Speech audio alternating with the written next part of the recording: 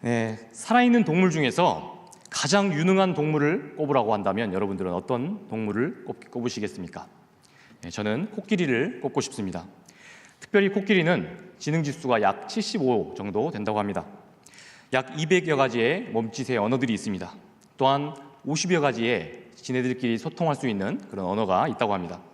또한 코끼리는 특별하게 인간의 소리와 인간의 언어를 어느 정도 구별할 수 있다고 합니다. 또 혼자서 수십 명의 사람들과 줄다리기를 할 정도로 그렇게 힘이 강력합니다. 일찍이 이러한 코끼리의 능력을 아주 높게 산 그 당시에 한니발이라고 하는 장군은 코끼리를 훈련시켜서 로마와 알프스 산맥을 넘어서 로마와 전쟁을 치르기도 했습니다. 그런데 이처럼 힘도 세고 똑똑한 코끼리를 아주 간단한 방식으로 조련할 수 있다고 합니다. 어린 새끼 때 이 코끼리의 뒷다리에 사슬을 채워놓고 말뚝을 박는 것입니다. 이렇게 하면 아기 코끼리는 제 힘으로 아무리 벗어나 보려고 노력을 해봐도 꼼짝을 할 수가 없게 됩니다. 그렇게 시간이 흐르면서 코끼리는 그 말뚝 주변, 자신이 지금 사슬에 매여 있는 그 말뚝 주변으로 자신의 능력의 한계치를 정해버립니다. 이윽고 성체가 된 어른 코끼리는 충분히 그 말뚝을 뽑고 일어날 수 있습니다. 그러나 어릴 적부터 이 말뚝에 길들여져 버린 코끼리는 더 이상 이제 그런 시도조차 하지 않게 됩니다. 나중에는 심지어 말뚝을 완전히 제거해버려도 평생 그 주변만을 맴돌면서 그렇게 살아간다는 것입니다. 코끼리가 참 한심하고 바보 같다는 생각이 드십니까? 하지만 어쩌면 우리의 모습이 그런 코끼리의 모습과 같은지도 모릅니다. 오늘 하나님 말씀에는 현실의 어려운 상황과 처지에 굴복하며 살아가던 어부들과 우리 주님과의 아주 특별한 만남의 소식이 기록되어 있습니다. 예수님께서 활동하셨던 그 세계는 지금 못지않게 참으로 살기가 어려웠습니다. 유대를 지배한 로마는 총독을 임명하고 막대한 세금을 수탈해 가기 시작했습니다. 로마의 속국이 된 이 유대 사람들은 황제에게 바치는 기본적인 인두세와 또 토지세를 내야 했습니다. 로마 총독은 이 작은 유대의 지역을 여러 동네별로 이렇게 분할을 시켰습니다.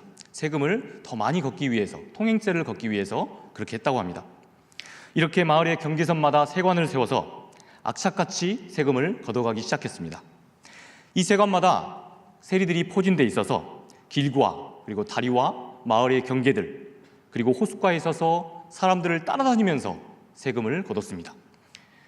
그 당시에 사람들은 각종 생산 행위와 또 여러 가지 그런 세금들 또 통행료, 고기를 잡아서 다른 마을로 이동해서 시장을 가는 과정에서도 이렇게 세금을 걷어가게 되었습니다.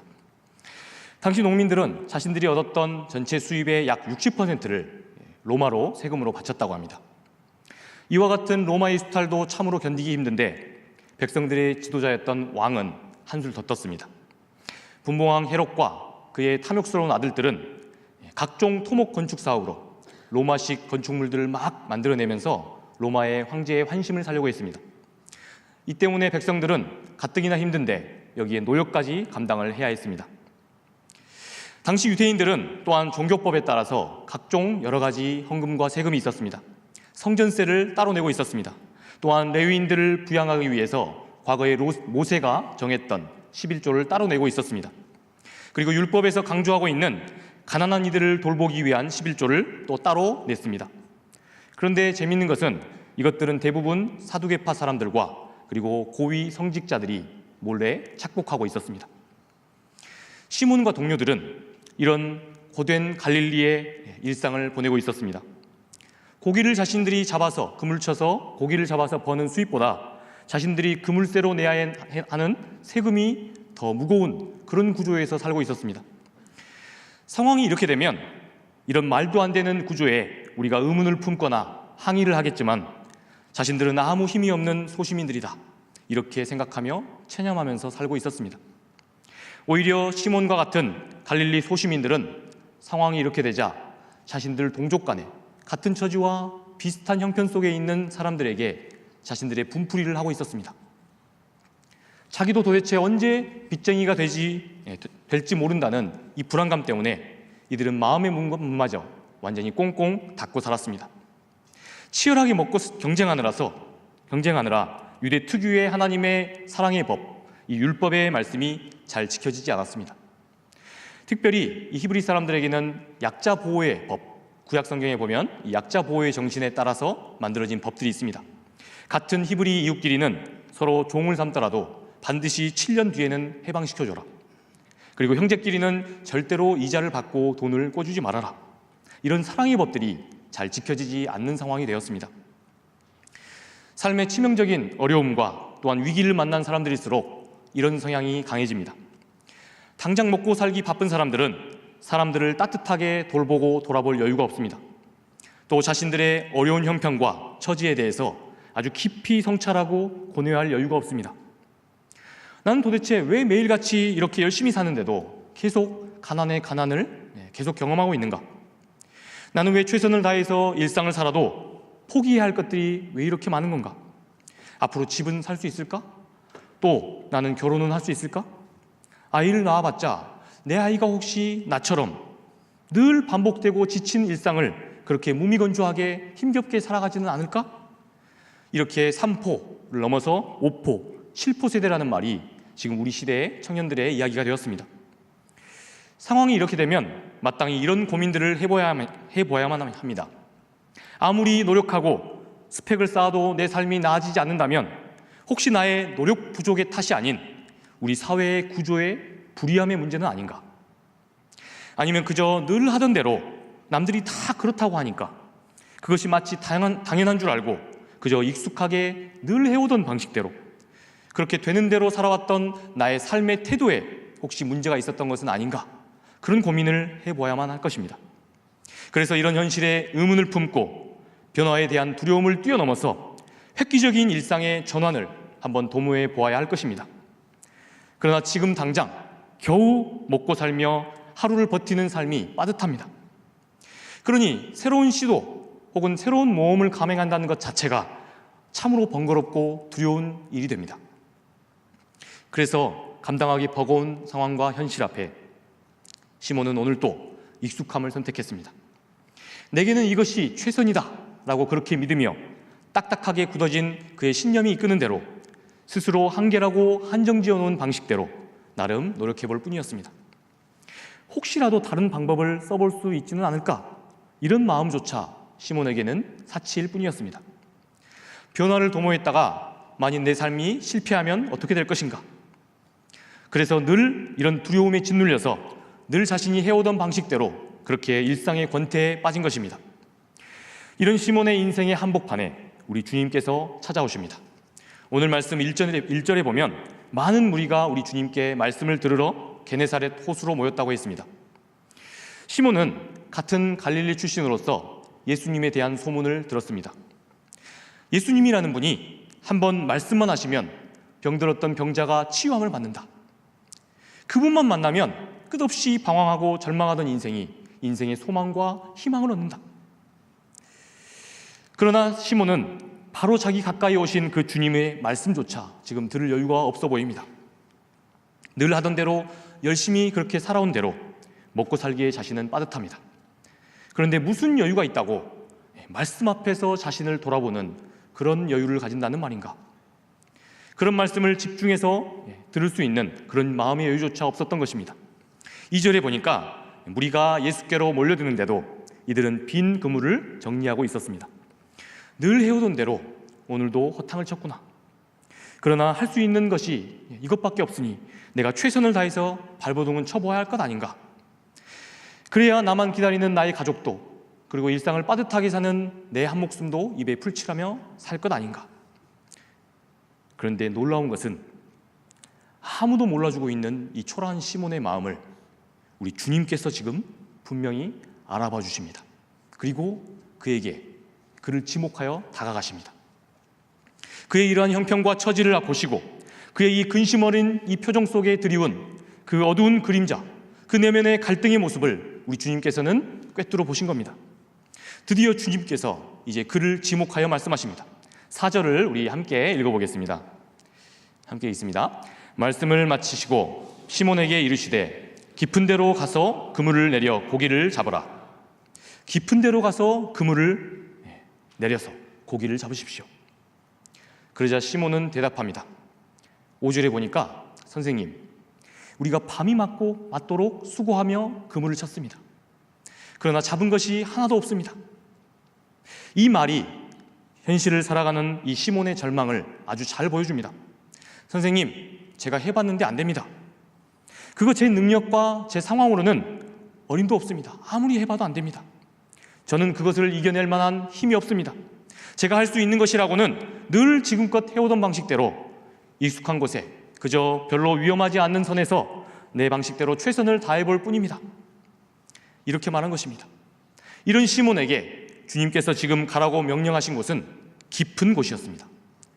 여기서 깊은 곳이라고 번역된 헬라어는 바소스라고 하는 단어입니다. 이 바소스라는 단어의 뜻은 바다 끝을 알 수 없는 깊은 심연, 깊은 바다라는 의미입니다. 새롭게 내가 시도하고 도전해보기에는 너무나도 낯설고 깊은 그곳, 그 바다 끝을 도무지 알 수 없어서 어떤 위험이 나에게 닥칠지 모르는 바로 그러한 인생 일대의 모험을 해야 하는 그런 곳, 참으로 당황스럽고 불편한 제안인 것이었습니다. 그런데 시몬은 이 예수님의 제안을 거부할 수가 없었습니다. 그 이유는 우리 주님께서 다른 사람 특정 다수를 대상으로 말씀을 가르치시다가 지금 자신을 지목하셔서 말씀을 하셨기 때문입니다. 너무나도 확신 있게 명령을 하시는 그 주님의 눈빛을 보고 베드로는 거부할 수가 없었습니다. 그래서 이렇게 응답을 한 것입니다. 좀 꺼림직합니다. 제가 그렇게 해봤습니다만 안 되더란 말입니다. 그런데 당신의 확신에 찬 그 말씀에 의지하여서 제가 그래요, 깊은 곳에 가서 한번 그물을 던져보겠습니다. 그렇게 순종했습니다. 6절 말씀은 이렇게 기록합니다. 주님의 이 말씀 앞에 그렇게 하니가 베드로의 이 시몬의 인생을 바꾸게 됩니다. 드디어 시몬은 처음으로 자신이 그렇게 한정지어 놓았던, 그래서 늘 그렇게 해올 수밖에 없었던, 아무 위험이 없이 그저 평온하게 자기가 늘 한 번도 시도해보지 않았던 방식대로 그렇게 살아왔다면 이제는 해보지 않았던 그 낯선 자리로 자신의 몸을 이끌어 간 것입니다. 새로움과 낯선 부담이 서려 있는 그곳, 실패하고 말 거라는 그 두려움의 부담이 너무 커서 한 번도 감행해보지 못했던 바로 그런 방법으로 용기 있게 한번 결단을 해본 것입니다. 사람에게는 이처럼 저마다 자신을 올가매고 있는 말뚝이 있습니다. 어린 시절부터 익숙하게 들어오면서 자신의 신념이 되어버린 수많은 세상의 소리들과 경험들은 우리로 하여금 우리 자신의 역량과 또한 우리의 능력을 스스로 한정짓게 만듭니다. 늘 내 영혼이 바라는 대로 꿈꾸는 그런 선한 일들이 이루어진다면 바로 그 선한 일을 통해서 세상과 우리 주님께 더 영광이 된다는 것을 나의 머리로는 잘 압니다. 그러나 우리에게 더 큰 영향을 주고 있는 이 말뚝과도 같은 그런 생각과 그런 말들이 우리들의 발목을 잡습니다. 이 말뚝은 의미 있고 풍성한 삶의 의지를 꺾도록 함으로써 우리가 그렇게 모험할 수 없도록 하는 이유를 더 크게, 더 강렬하게 보이게 만듭니다. 그것을 먼저 생각하게 만든다는 것입니다. 세상살이가 원래 다 그런 거야. 야, 네 능력으로는 어림택도 없다. 네 주제에 넌 볼 걸 넌 봐야지. 이런 소리에 자꾸 귀를 기울이며 성장해오는 동안 우리는 스스로를 한정짓습니다. 그래, 내게는 그것을 이룰 만한 능력이 없다. 나는 그것을 이룰 만한 인맥과 환경이 안 된다. 나는 또한 그럴 형편도 안 된다. 나는 그걸 이룰 만한 좋은 학력도 없어. 그것을 이룰 또 든든한 백그라운드, 나의 부모님의 백이 없습니다. 이렇게 우리는 자신이 한정지어 놓은 그 기준과 조건과 그런 스스로 채워놓았던 한계에 매몰됩니다. 그러다 보면 늘 자신이 해왔던 대로 익숙하게 하던 방식으로만 생각하고 그렇게 행동을 하게 됩니다. 이것이 상황과 절망에 휩싸인 인생이 빠지게 되는 인생의 권태입니다. 이것들이 우리 자아를 올가매면 현실이 주는 좌절감에 영영 갇혀서 어떠한 의미 있는 변화와 시도도 우리는 해보지 못한 채 주님께서 주신 귀한 시간들, 그런 인생의 시간들을 낭비하고 방황하게 됩니다. 오늘 말씀에 보면 은혜롭게도 우리 주님은 그런 우리들에게 찾아와서 명령하십니다. 익숙한 것을 떠나라. 어쩔 수 없이 늘 해오던 그런 방식이 아니라 두려움이 엄습할 것처럼 보이는 그 바닥을 알 수 없는 그곳을 향해 너의 몸을 내어 맡겨라. 거기에 그물을 내려서 너의 인생의 그 낯선 곳에 승부수를 새롭게 던져보아라. 이렇게 도전을 주십니다. 주님을 만나서 말씀을 들은 시몬은 드디어 깊은 시면의 바다로 향합니다. 그러자 무슨 일이 일어났습니까? 6절에 보니 고기가 너무 많이 잡혀서 그물이 찢어졌다라고 말합니다. 항문이 찢어진 게 아니라 그물이 찢어졌다고 이야기합니다.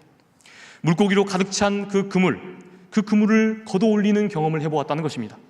그야말로 자신의 인생에서 한 번도 거두어 보지 못한 그 어마어마한 그물을 건져 올려보는 귀중한 경험을 했다는 것입니다.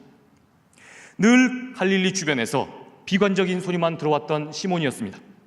그것 출신으로서 스스로 자신의 능력을 늘 그렇게 한정짓고 있던 그가 주님의 말씀 안에서 자신의 새롭고 놀라운 잠재력을 깨닫게 된 것입니다. 8절에 보면 누가는 여기에서 이 시몬의 이름을 그동안 계속 시몬이라고만 이야기하다가 이 대목에서 시몬 베드로라고 그의 이름을 고쳐 쓰고 있습니다. 베드로라고 하는 뜻은, 이름의 뜻은 반석이라는 뜻입니다. 든든하다는 뜻입니다. 주님의 말씀 안에서 새로운 잠재력을 발견한 그 사람, 그가 바로 든든한 반석이 되었다는 것입니다. 지금 이 순간이 이 시몬 베드로가 장차 교회로서 그리고 주님의 제자로서 든든한 믿음의 모델로 우뚝 서게 되는 그런 결정적인 순간이 바로 이 순간이었다는 의미인 것입니다. 이 놀랍고 두려움의 이 자리, 그 깨달음의 자리에서 변화된 그 베드로는 이제 주님 앞에 엎드립니다. 그리고 언뜻 들어서는 이해할 수 없는 그런 고백을 하고 있습니다. 8절에 시몬은 주여 나를 떠나십시오. 저는 죄인입니다. 라고 고백하고 있습니다. 여기서 죄라고 번역된 단어는 흔하게 성경이 쓰고 있는 헬라어 하마르톨로스라고 하는 단어입니다. 이 단어는 관역으로부터 빗나가다라는 의미를 갖고 있습니다. 활을 쏘는 사람이 활을 쏘는데 관역을 비껴 쏘았다라고 하는 그런 의미를 갖고 있습니다. 우리는 이 죄라고 하는 성경의 단어를 들을 때 대한민국의 헌법, 즉 실정법을 어기는 것, 규칙을 위반하는 것, 이런 것들을 떠올리기 때문에 이 단어의 의미를 우리가 깊이 헤아리지 못합니다. 그런데 이 시몬 베드로의 고백은 지금 이런 의미인 것입니다. 지금껏 그렇습니다. 저는 원래 그런 사람인 줄 알았습니다. 어차피 저는 백도 없고 아는 것도 적고 가진 것도 없는 사람이니 저는 그렇게 당연히 그렇고 그런 인생으로 살아야 하는 줄 알았습니다. 여기까지라고 제 스스로 한정지어 놓은 그 말뚝 주변이나 배회하고 있었던 그런 인생이 바로 저 같은 인생이었습니다. 그런데 가만히 주님을 만나고 주님의 말씀을 듣고 보니 제 안에 이렇게 놀라운 잠재력이 있었다는 것을 몰랐습니다. 그랬으니 제게 그동안 허락됐던 이 소중한 시간들을 더욱 풍성하고 값지게 쓸 수 있었건만 그러지 못했던 인생이었습니다. 이렇게 주님 앞에 붙들린 인생에 아주 놀라운 감격과 또한 떨림과 자책의 그런 고백인 것입니다. 상당의 청년 여러분, 여러분들의 내면 안에 그렇게 스스로 쳐놓은 말뚝은 도대체 무엇입니까? 여러분 스스로가 한정 지어놓고 벗어나지 못하는 그 생각과 그런 권태는 도대체 무엇입니까? 여러분 사진을 좋아하십니까? 저는 이렇게 사진 찍어놓은 걸 보는 걸 좋아합니다. 잘 찍지를 못해서요. 2000년대에 오면서 전 세계는 디지털 카메라 세상이 되었습니다. 그러나 1990년대까지만 해도 필름 카메라가 그 당시에 전성기였습니다. 당시에 이 필름을 만드는 세계 최고의 회사는 미국의 코닥이라고 하는 회사였습니다. 아마 제 또래 그런 우리 청년들은 아마 그 코닥이라고 하는 이름을 들어보셨을 겁니다. 그런데 필름이 필요 없는 이 디지털 카메라가 개발이 되면서 필름을 개발하는 회사들에게는 아주 피할 수 없는 위기가 닥치게 되었습니다. 2000년대에 이 필름 시장의 매출 규모가 10분의 1 수준으로 아주 급격하게 떨어지고 말았습니다. 세계 최고의 이 코닥사는 필름 매출의 위기가 지금 뻔하게 예측이 되고 있는데도 이 위기 앞에서 너무나도 안일하게 대처했습니다. 카메라는 뭐니 해도 이 필름으로 인하여야 그게 제맛이지. 아무래도 처음 초창기의 디지털 카메라는 별로 화소가 좋지 않았지 않습니까? 그래서 카메라는 뭐니 해도 필름이다. 그래서 현재 자신들의 이 필름 매출 세계 최고라고 하는 이 자부심과 자만심에 빠져서 시장 변화의 위기에 대한 두려움과 이런 두려움에서 우리는 자유로운 존재들이다. 이런 현실을 부정하는 결단을 하고 맙니다. 위기 앞에서 이 변화에 대한 두려움 그리고 변화를 피해서 다른 도전을 하는 것이 껄끄럽고 불편하여서 자신들에게 지금껏 익숙한 이 필름 산업만을 끝까지 고집하고 고수하는 데 자신들의 운명을 걸어버렸던 것입니다. 그런데 늘 코닥 타도를 외쳤던 일본의 후지필름이라고 하는 회사는 달랐습니다. 코닥의 절반 수준에도 매출에 미치지 못하였던 이 후지라고 하는 회사는 97년에 디지털 카메라가 처음 나오자 심상치 않은 변화를 직감했습니다. 사진을 찍는 사람들에게 더 이상 필름이 필요하지 않다니, 이것은 분명 필름 만드는 회사에게는 심각한 위기였습니다. 그래서 진지하게 고심하고 또 냉철하고 다부지게 자신들의 쇄신을 선택했습니다. 고민한 끝에 그동안 이 필름만을 익숙하게 만들어 오고 있었던 자신들에게 아주 낯설고 전혀 다른 색다른 모험을 시도하게 되었습니다. 그것이 과연 잘 될까? 우리 회사가 망하지는 않을까? 그런 두려움과 걱정이 있었지만은 그동안 필름을 만들며 틈틈이 축적했던 화학 공정, 그리고 약품 처리 기술과 또한 빛을 처리하는 광학 기술, 그리고 영상을 처리하는 이런 기술들을 통해서 지금껏 한 번도 생산해보지 못했던, 그래서 걱정스럽고 두려운 그리고 위험을 감수해야 하는 낯선 사업에 뛰어들게 되었습니다. 화장품과 또한 의약품과 의료기기 사업에 자신들의 기업의 운명을 새롭게 도전한 것입니다. 그 결과 이 두 회사의 운명은 완전히 엇갈리고 말았습니다. 후지 회사는 전 세계에 당시에 에볼라 바이러스라고 하는 엄청난 바이러스가 한때 우리 인류를 공포에 떨게 만들었습니다. 바로 그때 이 에볼라 치료제라고 하는 아비간이라고 하는 백신을 개발했고 또 대량 생산하는 양산 체제에 들어갔습니다. 필름 회사가, 의학 분야하고 전혀 무관한 필름 회사가 의학 분야에서 단시간 만에 세운 전 세계를 놀라게 하는 쾌거였습니다. 이 과정에는 약했던 그 당시에 도야마라고 하는 이 제약회사를 인수하는 그 모험을 감행하면서 이뤘던 쾌거였습니다. 후지는 이렇게 낯선 도전에 과감하게 응전했습니다. 피하지 않았습니다. 2010년대에 이르러 이 후지라는 회사는 40개의 비슷한 회사들을 인수하게 되었습니다. 그리고 후지는 이렇게 2조엔 가까운 매출 규모를 올렸습니다. 그리고 필름 산업대의 4배가 되는 직원을, 8만 명의 직원을 거느리는 아주 대형 회사로 성장하게 되었습니다. 반면에 15만 명의 어마어마한 직원을 다스리고 있었던 이 코닥사는 2012년 드디어 법정 관리에 들어가게 되었습니다. 사실상 망하게 되었습니다. 참으로도 여기서 우리가 주목해야 할 아주 무섭고도 어처구니가 없는 사실은 그 당시 1997년도에 필름이 없는 이 디지털 카메라를 처음 개발했던 회사가 어느 회사냐면요, 바로 그 코닥사였습니다.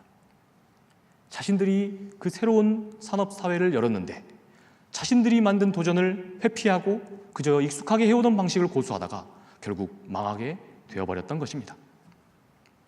여러분, 멀리 갈 것도 없습니다. 부산의 동의대 주변에 청년 고깃집 사장 권민철 씨라는 분이 있습니다. 이분의 이야기는 우리에게 더 큰 귀감이 됩니다. 사업 자금이 없던 그는 입지 조건이 별로 좋지 않은 골목에, 사업 자금이 별로 없었기 때문에 별로 입지 조건이 좋지 않은 그런 골목에 고깃집을 차렸습니다. 그런데 돈이 없어서 싼 건물을 얻다 보니까 그 고깃집이 도무지 사람들 눈에 띄질 않는 겁니다. 누구나 장사가 안 되면 그 원가를 절감해서 이윤을 얻으려고 합니다. 그래서 재료비를 아끼기 위해서 이 권민철 씨도 이 식당의 매출이 형편없어지자 이 돼지고기를 수입산을 쓰게 되었습니다. 그 결과 어떻게 되었을까요? 고기의 맛은 더 형편없어지고 사람들이 고기를 대놓고 욕하는 그런 경험을 하게 되었습니다. 장사는 이제 완전히 바닥을 치고 망하기 직전까지 가게 되었습니다. 상황이 이렇게 되자 민철 씨는 어려운 형편과 처지가 원망스럽기도 했다고 했습니다. 그러나 그렇다고 그렇게 비관만 한다고 현실이 달라질 것은 아무것도 없습니다. 그는 고민했습니다. 그저 이렇게 뻔하게 망할 때까지, 그 망할 날만 기다리는 내 인생은 이렇게, 내 사업은 이렇게 망할 때까지 기다리다가 익숙하게 하던 대로 하다가 망하고 끝날 인생으로 전락하고 말 것인가? 깊이 고뇌했습니다. 그런데 여러분, 청년의 패기가 도대체 무엇입니까? 그는 원가를 절감하자는 이 생각을 뒤집어 엎고 오히려 희한한 발상의 전환을 이뤘습니다. 오히려 정말 좋은 고기를 쓰면서도 우리 식당의 입지 조건이 좋지 않은 이 취약점을 극복할 수 있는 방법은 없을까? 오히려 발상을 뒤집었습니다. 그 고민 끝에 민철 씨는 아주 무모하고 너무나도 낯선 그런 모험을 시도했습니다. 그것은 너무나도 무모하게도 체인점을 하나 더 내는 것이었습니다. 아니, 지금 본점이 망해가는 상황에서 무슨 체인점을 하나 더 차린단 말이냐, 이 사람 미친 거 아닌가? 그런데 이 체인점은 홍보용 체인점으로 내는 것이었습니다. 이 체인점이 바로 이 체인점입니다. 사진을 한번 보겠습니다. 진지한 쌈이라고 하는 체인점입니다. 이 체인점은 자신이 직접 질 좋은 고기와 또한 자신이 직접 개발해서 만든 이 양념을 발라서 만든 이 고기 한 쌈을 1,000원에 맛볼 수 있는 아주 신개념 사업 아이템이었습니다. 두 번째 사진을 보겠습니다. 그가 이 체인점을 만들었던 진짜 이유는 사실 다른 데 있습니다. 그냥 한 쌈을 1,000원에 팔아서 많이 팔아서 이윤을 얻자, 이런 개념으로 만든 것이 아니었습니다. 여기 보시면 어떻게 되어 있습니까? 밑에 조그맣게 뭐라고 써 있습니까? 진지한 고깃집. 저쪽으로 가면 100m 옆에 있습니다. 이 체인점은 그러니까 귀퉁이에 잘 보이지 않는 자신의 진짜 고깃집의 맛을 한번 시식해 볼 수 있도록 하는 일종의 소개하는, 그리고 허브의 역할을 했던 것입니다. 세 번째 사진 보겠습니다. 바로 이 고깃집이 자신의 외진되어 있는 고깃집입니다. 고기의 질과 맛으로 승부수를 던진 이 한 쌈의 시식으로 불리한 위치에 있는 이 고깃집, 그 고깃집의 위치의 취약점을 오히려 극복하는 모험을 강행했던 것입니다. 이 낯선 그의 모험은 아주 대성공이었습니다. 일단 먹어본 사람들은 반드시 이 진지한 고깃집까지 100m의 발걸음을 옮기게 되었다고 합니다. 게다가 경제적인 여유가 없는 청소년들과 그 동의대 주변의 청년들에게 잠깐의 허기를 부담 없이 채울 수 있는 이 고깃집은 인기 만점이었습니다. 그뿐만이 아닙니다. 그의 고깃집에서는 그 비벼주는 그 볶음밥 역시 아주 평범하고 익숙한 모양이 아닙니다. 한번 보시겠습니까? 이런 모양입니다. 여러분들이 아주 익숙하게 잘 아시는 카카오 프렌즈의 라이언 모양으로 밥을 만듭니다. 그저 평범한, 그렇지만 아주 특별한 밥을 개발해서 만든 것입니다. 이런 모험을 감행한 것입니다. 그뿐만이 아닙니다. 또한 SNS에 자신의 가게를 소개하면 음료수를 공짜로 주겠다, 그러면서 불리한 환경과 여건을 이겨낼 수 있는 다양한 시도를, 익숙하지 않은 모험을 시도해 본 것입니다. 이 낯선 모험으로 그는 지금 몇 개의 체인점과 또한 고기 도시락 사업까지 열었습니다. 청년사장 권민철 씨는 이제 더 질 좋고 맛 좋은 고기를 주변 모두가 맛보도록 하는 이 목표, 이 거룩한 목표를 향해 오늘도 숨가쁘게 사업을 하고 있습니다. 사랑하는 우리 상당 청년 여러분, 상황과 그리고 여건과 형편과 처지를 탓하면서 혹시나 도저히 안 된다고 여러분들이 접어버린 안타까운 꿈이 있습니까? 우리 스스로 한정지어 놓은 그 말뚝 주변을 배회하느라고 오늘 하루도 절망에 빠져 계십니까? 오늘 주님을 만난 이 베드로는 자신이 만든 한계선 안에 늘 자기 자신을 가둬놓았던 바로 그 일이 심각한 불신앙적 태도였다는 것을 주님 앞에서 깊이 깨달았습니다. 바로 이 깨달음의 자리, 그래서 절망하고 그래서 주님 저를 떠나주십시오 라고 이렇게 이야기하는 자리에서 우리 주님은 말씀을 선포하십니다. 우리 10절 하반절을 함께 읽겠습니다. 함께 읽습니다. 예수께서 시몬에게 이르시되 무서워하지 말라, 이제 후로는 네가 사람을 취하리라 하시니. 아멘. 여러분, 말씀 안에서 내 스스로 만든 그 말뚝 주변을 너는 평생을 그렇게 배회하고 있었느냐? 그리고 깨달았느냐? 그렇다면 너의 익숙함을 벗어버려라. 그리고 새로운 도전을 받아들여서 주님 주신 너의 인생의 풍성함의 생각을 그렇게 마음껏 누려라. 그 풍성함을 마음껏 누려라. 내 안에 잠재된 그 능력을 들여다보았으니 이제 나와 함께 믿음으로 나가보자꾸나. 내 놀라운 생각과 그 재능으로 절망에 빠져있는 수많은 인생들을 세우는 의미 있는 일을 한번 해보자꾸나. 주님의 이 권위 있는 명령 앞에서 시몬 베드로는 이제 새로운 기대와 소망으로 자신에게 익숙했던 배와 자신의 그물 모두를 던져버리고 우리 주님을 따라갑니다. 사랑하는 상당의 청년 여러분, 깊은 데로 가서 그물을 던져라. 여러분들에게 말씀하십니다. 여러분들은 이 명령 앞에서 어떻게 행동하시겠습니까? 우리 이 시간 함께 말씀을 의지하며 함께 우리 이 시간 찬양 한 곡 하면서 기도의 자리로 나아가겠습니다. 사랑과 은혜의 주님, 은혜와 사랑을 참으로 감사합니다. 익숙하게 그렇게 살아오던 우리들을 이렇게 살아가는 것이 최선이라고 믿으며, 이렇게 사는 것이 행복이라고 믿으며 그렇게 현실에 안주하며 그리고 또한 현실에 절망하고 나는 원래 이런 사람이야, 그렇게 살아왔던 우리들을 다시금 불러서 귀한 자리에 말씀을 듣게 하시니 감사합니다. 이제는 우리의 익숙함의 권태를 떠나서 우리 주님께서 말씀하시는 깊은 것, 아직 낯설지만 나의 안에서 꿈틀거리는 그 모험의 생각들, 우리 주님께서 주시는 창의적인 아이디어와 그런 여러 가지 생각들로 현실의 어려운 상황을 이겨낼 수 있는 넉넉한 정말 우리의 마음을 허락하여 주시고 귀한 지혜를 허락하여 주시옵소서. 하나님, 우리를 익숙한 곳에서 내미시는 주님, 우리가 아멘으로 순종하며 나아갈 수 있기를 소망합니다. 그런 용기를 주시고 우리에게 의지를 허락하여 주시옵소서. 우리 수련회가 그런 믿음의 자리, 말씀 앞에서 다시금 결단하고 다시금 주님 안에서 소명을 발견하는, 그래서 익숙함을 벗어나 우리의 일상을 탈피하며 주님과 함께 동행하는 은혜의 자리가 되게 하여 주시옵소서. 그렇게 우리의 일상을 선하게 인도하실 것을 기대합니다. 그 수련회의 자리를 사모합니다. 주님, 우리에게 참여할 수 있는 여건과 또한 그런 마음을 허락하여 주시옵소서. 이제는 우리 주 예수 그리스도의 은혜와 성령 하나님 아버지의 크고 극진하신 사랑하심과 성령님의 감화 감동 교통하심의 역사가 이 자리에서 삶의 익숙함을 떠나 현실에 좌절하고 망망한 그런 인생의 삶을 떠나서 깊은 데로 가서 거기에 내 인생의 승부수를 던져라 명령하시는 주님 앞에 붙들려 나아가기를 간절히 소망하는 이 자리에 모인 우리 모든 상당의 청년들 위해, 또한 캄보디아 땅에서 지금도 귀한 복음의 씨앗을 뿌리고 계시는 우리 귀한 목사님과 또한 우리 집사님, 그리고 우리 청년들 머리머리 위에, 우리 귀한 한국의 교회들 위해 지금부터 영원토록 함께하옵시기를 간절히 축원하옵나이다. 아멘.